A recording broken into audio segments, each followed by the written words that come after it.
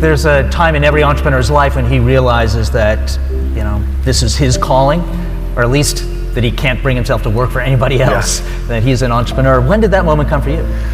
I had a job out of college working for a bank for a short period of time, Mellon Bank, and I decided to, well, first, it might have been Inc. magazine, this is way back when, but there was an article about changing something in how you how you save Social Security from employees' paychecks. And I literally hadn't been working there for 3 weeks.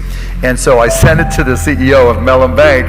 Hey, I thought you might be interested in this. Literally some guy he never heard of. And I got a note back, said thank you. And I'm thinking, okay, look, my whole motive in taking a job working for somebody was to help them become more profitable. That's the way I always looked at it.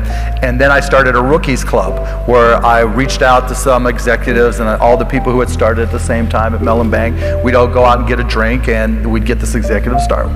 And I didn't like run it through my boss or anything. And so my boss at the time calls me in and said, you're doing this. I said, yeah, thinking he's going to say great. He just starts screaming at me and reaming me. How could you do this? You go everything through me. You work for me. Yeah. So I knew I wasn't destined there. And then I left and I went down to, ended up down in Dallas and got a job working for a company called Your Business Software.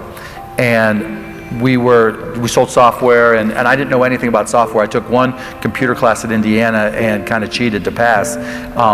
But, not that I condone that, but,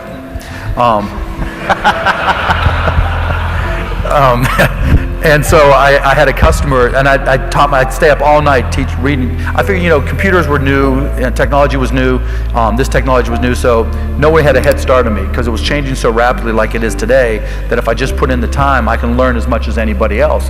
And so I taught myself, I'd stay up late reading software manuals, taught myself different little simple programming languages, and kept on getting bigger and bigger and better and better, but it was at a retail store.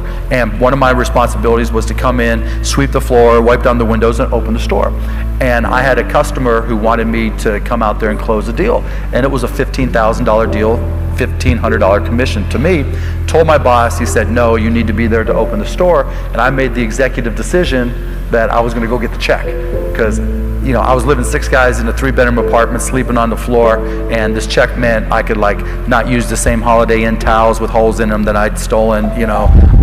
But anyway, so I went and picked up the check thinking when I came back and gave the check to my boss, all would be forgiven and, you know, the sales cures all. Fired me. And so those back-to-back experiences confirmed what I already knew, that I was a shitty ass employee and that I better start my